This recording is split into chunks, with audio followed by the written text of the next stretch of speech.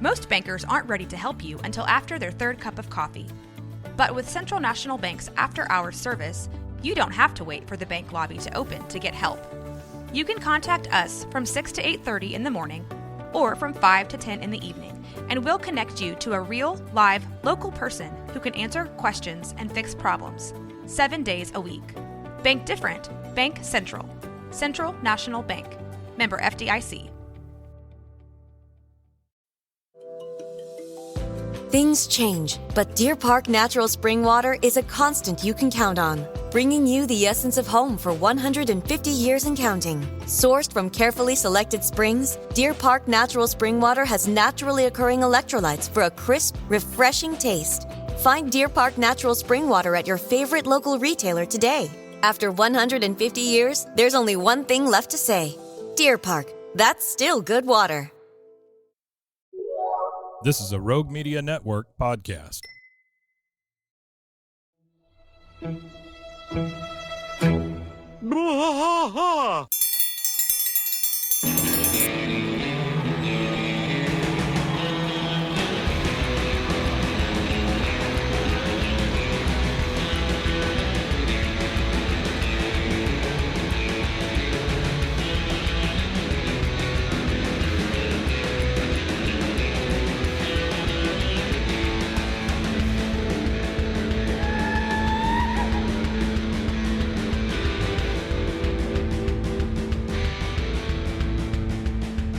I tried to fight all through the night, deep in the heart of Texas. The trailer park is nice and dark, deep in the heart of Texas. That drinks his brew and he spits his chew, deep in the heart of Texas. The TV blares, but no one cares, deep in the heart of Texas. Here we go!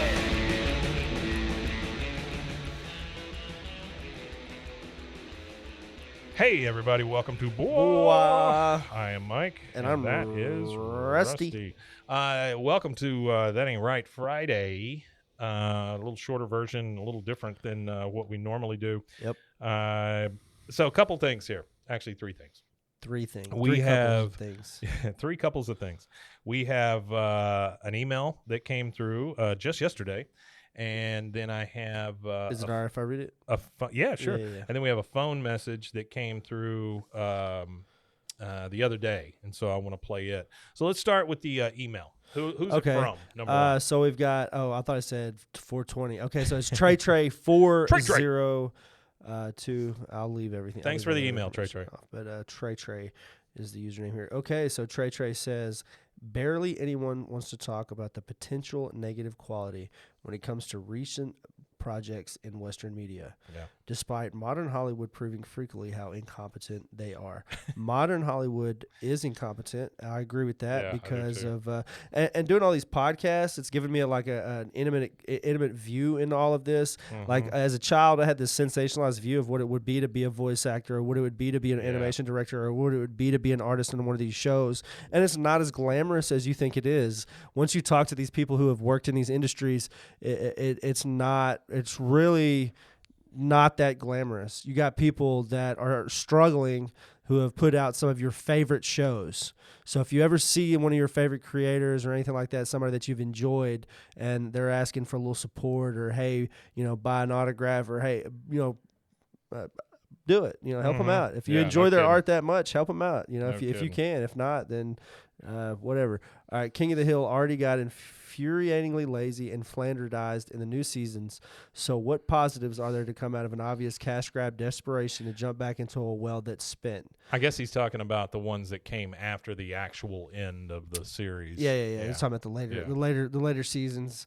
Especially one that takes place in a red state. That's why I want to throw out the worst case scenario assumptions for the King of the Hill revival if it goes through. That's what we're here for, is worst case scenarios. He's given us 6 of his worst case scenarios. Okay. This is good. His 6. And before I even read them, Mike Judge is attached to these shows. If you've not seen the new Beavis and Butthead, you should go watch it, and that should give you an idea of what Yeah. this continuation. 'Cause Sure. It's not a reboot, as everybody says. No. Reboot. It's not a reboot. They have already expressed explicitly that this is a continuation of the series. So, in that same vein, Beavis and Butthead always been problematic. Still problematic. If you go watch Sure. it, there you can find a problem with anything that's going on the show if you want to. Yeah. So I don't think. But that again is one of those things where you can find a problem with anything. So I think in the essence, and you have to think this is a guy who doesn't bend or break or fold. It's true. This is a guy who has been consistent in the industry with his product, and that is what has made him where he's at, is his consistency with his product. And now he's putting out tons of other products, and if you look at any of those, you could also find problematic issues. So this is not an issue, I think, any of these issues that I've read anything on the internet of people, I just don't feel like they're going to be problems. But No, let's go ahead I and run agree. through our buddies here. So he says Luann, Lucky, and Dale are going to be replaced by AI voice machines. I think if they do that, I it's don't not know. that big a deal, honestly. That I don't know. I've heard that a could lot be- of it, and some of it's pretty That could be damn a good. worst case scenario. I don't think that's necessary. I'm going to say that Fox Studios or whoever is making this Bandera, they can probably afford better AI models than we can. Their AI models they can afford are probably better AI models than we can afford because Yeah. they've done voice stuff Well, before in movies. and They've done that. This isn't the first time that somebody's Yeah. passed away. In Toy Story for the Yes, Slinky Don Dog. Rickles. For the Slinky Dog. Don Rickles also. And Don Rickles was Yeah. the potato, right? Yeah. Yeah. So they've done it for the Slinky Dog, which was Jim Varney. Yeah. Ernest goes to Yep, wherever yep. the hell he goes to next. That guy, and Don Rickles for the Hey, Vern. for most generations. That Insult comic. Well, he was an insult comic for your generation. For my generation, he was the next door neighbor to Dennis the Menace. Oh, yeah. Yeah. Well, the second one. The second one. Yeah. The one that I Walter remember. Matthau was the well, first Walter one. Matthau was the first Yeah, one, but the second sure. one was Don Rickles, or the one that I remember was Both Don movies Rickles. suck, Yeah, but both yeah, movies sure. suck. But yeah, so here we go. Number 2, Khan becomes politically correct, and it becomes a tokenized wet wipe with no bite. Woof. Things change, but Deer Park Natural Spring Water is a constant you can count on, bringing you the essence of home for 150 years and counting. Sourced from carefully selected springs, Deer Park Natural Spring Water has naturally occurring electrolytes for a crisp, refreshing taste. Find Deer Park Natural Spring Water at your favorite local retailer today. After 150 years, there's only one thing left to say. Deer Park, that's still good water. Yeah, we need to move on to the next one. That could be an issue, though. I don't think it will I be think with if Mike they, Judge, but it could I think be. if they get somebody in that does Khan's voice similar to how Toby Huss did it, I don't think. I think the political correctness, I don't think is going to be an issue. No. I think the whole point of these types of shows is to poke fun at whatever's politically correct Sure. at that time, because they do it in this era. They poke fun at the remember they're driving up to somewhere, and it was like some environmental campaign or something on a board. And even in the first episode, Hank says, "If you talk about the climate one more time, I'm going to kick you. Or if it gets 1 degree hotter, I'm going to kick your ass." So they've always boy. talked about whatever the hot button topic was. Yeah, sure. Because the King of the Hill episode where he's talking about the climate going up, around that time you've got Al Gore and the whole climate machine Yeah. and all that kind of Yeah. stuff, him going on about all that stuff at that time. So I don't think political correctness, I think that's the whole point of these shows, is the era that they're in, they're going to poke fun at whatever's like you might see a MAGA rally, but I don't think it's going to be called a MAGA rally. No. And I think it'll be some called other something else, yeah. something Well, or another. and the other issue is, like, if you want a recent example or a semi-recent example of being either politically correct or not politically correct, Yeah. I just finished rewatching Silicon Valley. There is nothing politically correct about that show. No, there's not. There's It's not just really funny. Yeah, and again, that's what humor is. Humor pokes fun, and Mike Judge is really good at that too. at everyday things. Yeah. So number 3, Hank and Peggy get divorced. You're also dealing with Greg Daniels, not just Mike Judge. No, you're dealing with Greg Daniels too. Yeah, I Yeah. don't want to leave him out. I mean, that's a huge deal. Think about this guy and all the jokes he wrote for The Office. think about it, all the jokes he wrote for Parks and Recreation too. Oh, hell yeah. Yeah. Hank and Peggy get divorced. They're not is getting his number divorced. 3. That's not going to happen. I don't think that happens. They're too repressed Trey, to I love understand. anybody else. Yeah, I understand your argument, but I don't think that's going to happen. He thinks that the ratings will be low in a desperate attempt. I mean, this isn't his verbatim. His verbatim is Dale finds out Nancy's affair as a desperate ratings gimmick. I don't think they'll need to do anything desperate for ratings. No. I think when the show first comes out, the ratings are going to be probably higher than the first episode released when it first came out. I would imagine. Because the fan base, from what I've seen over the years of using Reddit and social media, it's only grown. There's kids that didn't even grow up watching it. There's people that are growing up now that they weren't even alive when the last season show aired, and they're picking this show up now at 10, 11, 12 years old. Ratings to me are not a thing anymore. And the reason my kids started watching it, and he thinks it's hilarious. The reason he's 13, so it's like the reason I say that is because originally when this thing came out, King of the Hill, you get to watch it once. If you miss it, guess what? You got to wait almost a year for a rerun. Yeah. Right. And so, but now I think they have learned a few lessons as far as streaming content goes. And so they make it and then they wait to see how it proliferates across the internet, and it's there forever. Yeah, well, I just don't think they'll have to do anything desperately for ratings gimmicks. And Dale finding out about Nancy's affair, I really don't see that as an all that bad of a thing to go on about, really. I don't think it is either. I don't think they will do it, but I don't think that it would be I just think bad. it's too big of a joke for them to just cash in on it. This next one's pretty rough. I'm not going to lie. Number 5, he reignites Nancy and John Redcorn's relationships because of the excuses of reparations and empowerment. Oh, my God. I don't think that John Redcorn... Trey taking some big swings. I think that could have been inferred a long time ago. I don't think that I think Native Americans have been owed reparations for a long time, and I think they've been asking for a very long time too. So I don't think that's a newfound 2024 hot topic that a Native American man's taking something from a white man is that of a tongue-in-cheek thing anymore. I think it's still funny. I think if John Redcorn was banging Nancy and they did try to make a deal out of it, and I don't think they would, because if they would have, they already would have. There's no inference ever that John Redcorn stole the white man's wife. No. There is no ever inference. No. And if there is, correct me, please, somebody that's watched the show in an in-depth way, but I don't think there is anything. The other thing to think about, and the reason this comes up, I'm sure, has a lot to do with what's happened between the end of the series and present day. So like the Redskins are no more and things like that. And so the Cleveland Indians are now the Guardians, which I guess is a spider. So a lot of that stuff has happened. And so I can understand why he would say that, but I just don't think that that this show leans that way. Yeah, I don't think it goes that far. I just don't. It's just too lowbrow and low hanging. I don't think that the writers are too intelligent for that. I feel like the people that write on this show are way smarter than that. There is no joke there, really. I don't think. And number 6 is just a profound blasphemy.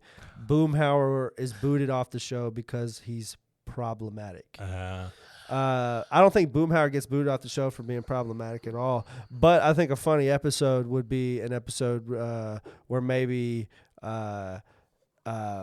he gets pressed by a lady, like in a cancel way, like they do in culture these days, and it ends up him being this innocent, really wholesome character and not this deep womanizer that people think he is. I would like to see Boomhauer in kind of a I was trying to say that in a really what I was going to say is not a really nice way to say that. Is more in like a The Graduate type situation, where he's this young innocent guy that gets taken over by this older woman and all that stuff. And I know that's kind of already happened to him a little bit, but yeah, for sure. But Boomhauer is too much of comic relief, and small doses to say he's going to get booted off. I mean, I don't think he's that's a pivotal character, and again, Bill's not really in this scope of things. Yeah. Bill, I can't really say this about, but when you talk about people that know about the show and people that only know about it anecdotally and have only caught an episode or two here, one of the things that sticks out with people about this show the most is his rabble. The Boomhauer rabble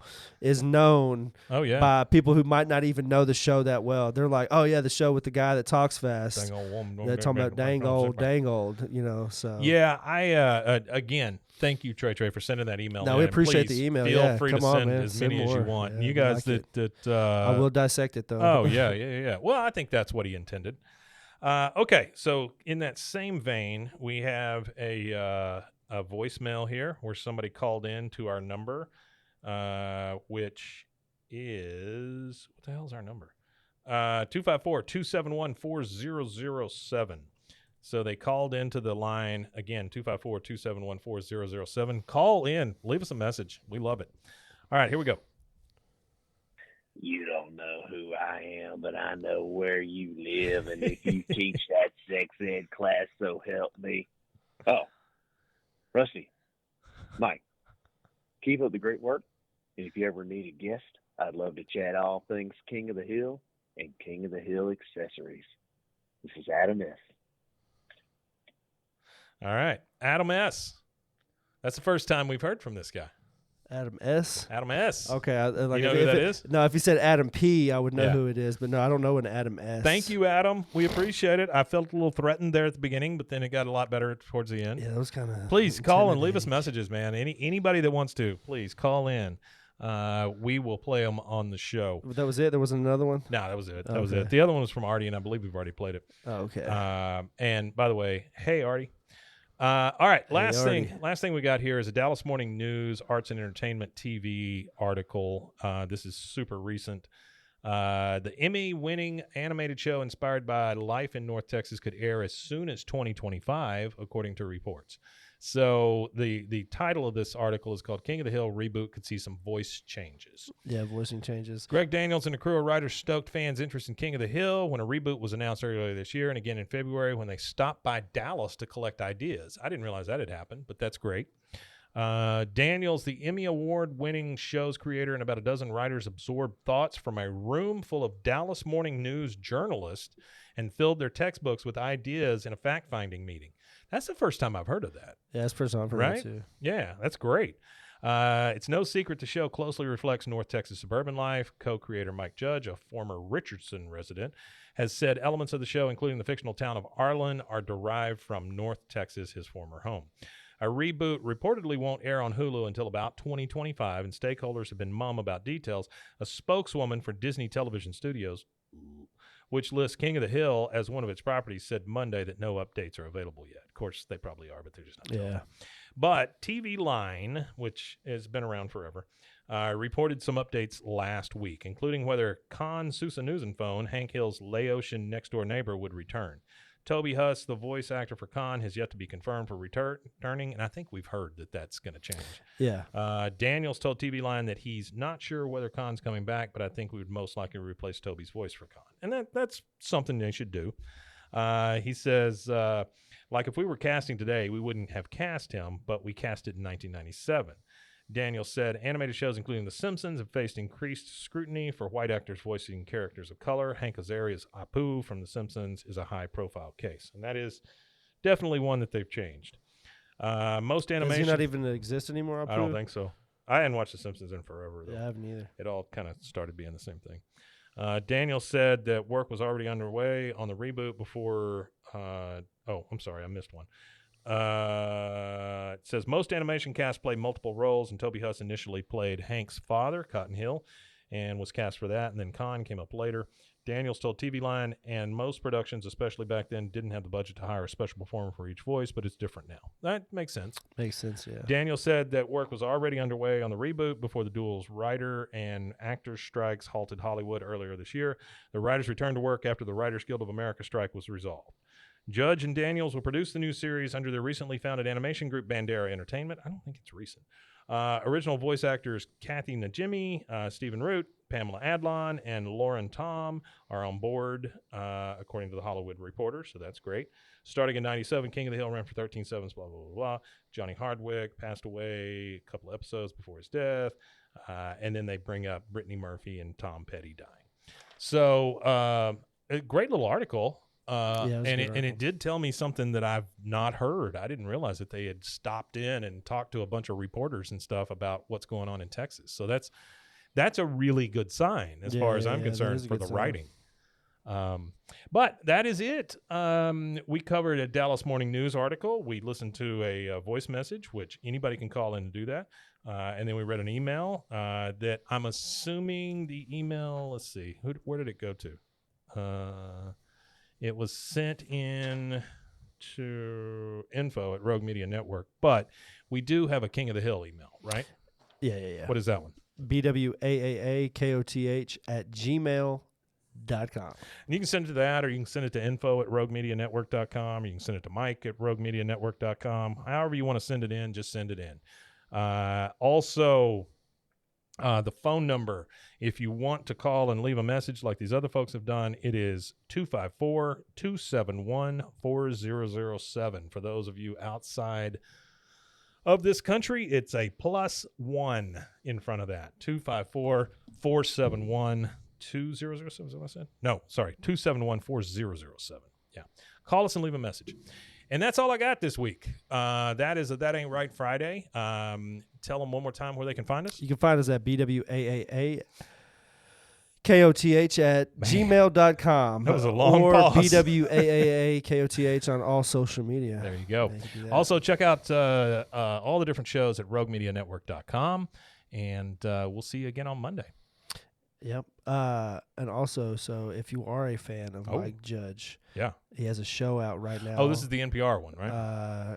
In the Know. Yeah. That's what it's called. It's on Peacock. It's I kind of haven't like an watched it NPR yet, spoof. But you said and they it was actually very good. interviewed Yeah. because they actually of course, everybody knows it's a joke kind of thing. It's Sure. almost in the same vein as Space Ghost Coast to Coast, where they actually have actual celebrities or actual B-list or whatever you want to call it. Cuck on They have Earth or Mike's. that kind They of have stuff. Mike Tyson. Yeah, Cuck on Earth. They have Mike Tyson on an episode of In the Know. Oh, wow. And that's what I liked about it is they got all these these high profile people on there, and it's a spoof. It's an NPR spoof. Did you ever watch the Mike Tyson cartoon that came on It was Cartoon Network? Yeah, on Adult Swim. Where they were Mike Tyson Mysteries. they were solving mysteries Yeah, like so it's called Scooby-Doo. Mike Tyson Mysteries. Oh, It was awesome. so good. Yeah, it was great. Yeah. Yeah. It was his voice too. A British ghost that followed him around for Yeah, some it was reason. awesome. And he had all his pigeons and stuff. That was fantastic. And there's also one called Praise Petey. Yeah. It only lasted one season. That's the but one where it was she's the pretty daughter funny. of Satan or something, Yeah, right? something like that. Yeah.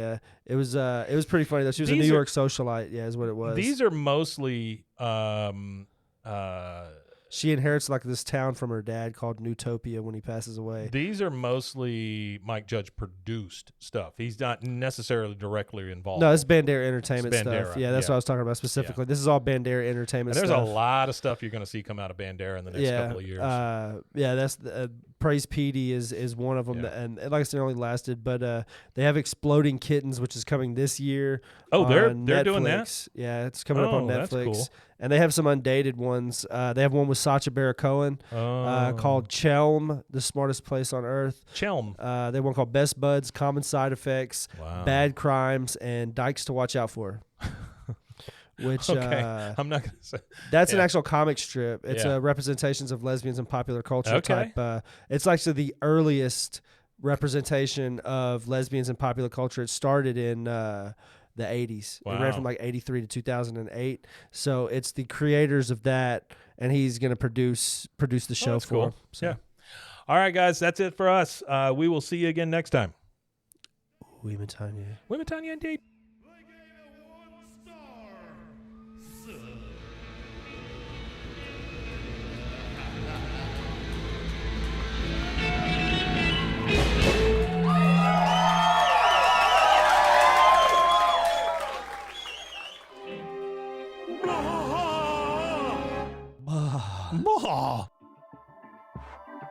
This has been a Rogue Media Network production.